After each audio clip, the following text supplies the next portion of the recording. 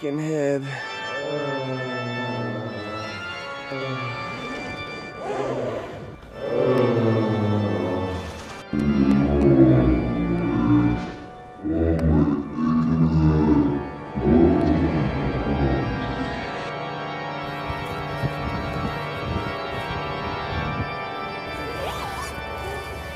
Hey, what's up? Oh, just my head. Yeah? Yeah. You have a headache? Yeah. Okay. It's just like throbbing. Okay. Let me go get some stuff. I'll be right back. Bob's, he gonna be all right? Yeah, he's got a headache though. I'll be right back. There's been times when we've been in the woods and had a splitting headache. Today you just reach for a bottle of aspirin. But how did people treat headaches, say, 1,000 years ago? Well, it wasn't aspirin they found, but salicylic acid, a compound found in willow bark. In fact, our modern day aspirin is acetyl salicylic acid, a derivative created directly from willow bark.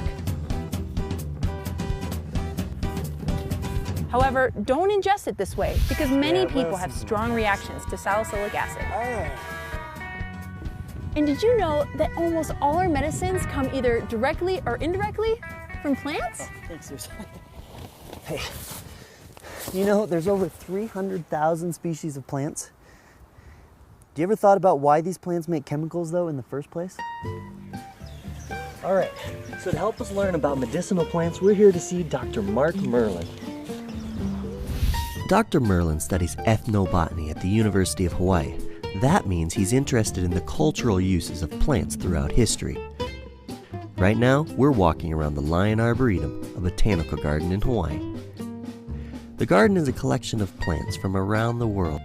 Every plant that Dr. Merlin points out has compounds that are being used today as medicines. He explains that plants don't actually produce chemicals for us. We just use them. This one over here is very interesting. It is actually native to a large island called Madagascar off of Africa, which has a high percentage of unique species. This one from Madagascar is known as the Madagascar periwinkle. And there are chemicals in this plant which have been very useful in helping cure Hodgkin's disease and child leukemia. And in some ways, it's one of the best examples of plants from various parts of the world that have potentially valuable chemicals that were used traditionally in some cases among the peoples living in its native habitat, but also has been found by modern chemists to be useful as medical remedies. Interesting. Let's look at a couple other plants that maybe people might be aware of. This is known as the kava plant generally, and in Hawaii known as ava. In the lower part, what we call the rootstock, are what we call lactones, and these are lipids, fatty-like substances. These chemicals, when, for instance, if you take a part of the rootstock and chew on it, your mouth will get numb, and therefore it was valuable for if you had a toothache. So this is one that was found by Pacific Islanders maybe over 3,000 years ago, we think, and has been cultivated by Pacific Islanders in parts of eastern Melanesia, eastern Micronesia, and throughout most of Polynesia, where it's been the traditional plant that is important, traditional religious uses, traditional social uses, and certainly traditional medicinal uses.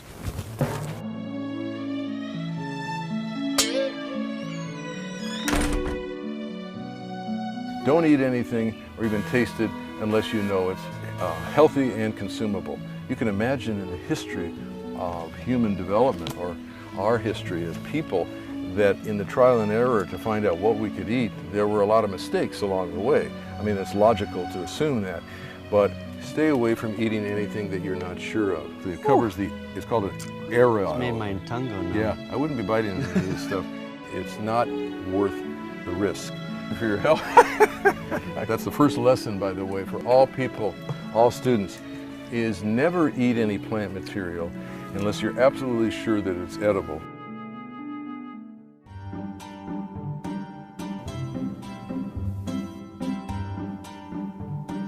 All right, so we've learned that many of our medicines come from amazing plants. Next time you're in the drugstore, check out the ingredients in some of the medicines. You might be surprised how many medicines are derived from plants. In fact, we challenge you to research online at least 3 plant chemicals that are used as medicines. But remember, you shouldn't be collecting herbs from the wild unless you're properly trained, because if you pick the wrong one, it could be dangerous. So the diversity of plants on our planet represents one of the greatest resources for discovering new medicines. They have chemicals that are the result of millions of years of evolution. By tapping into these plants, we may be able to cure a lot of common ailments. Chances are, one of you could discover a new medicine from plants.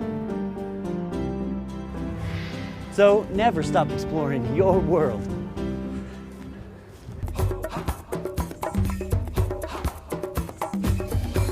It's interesting.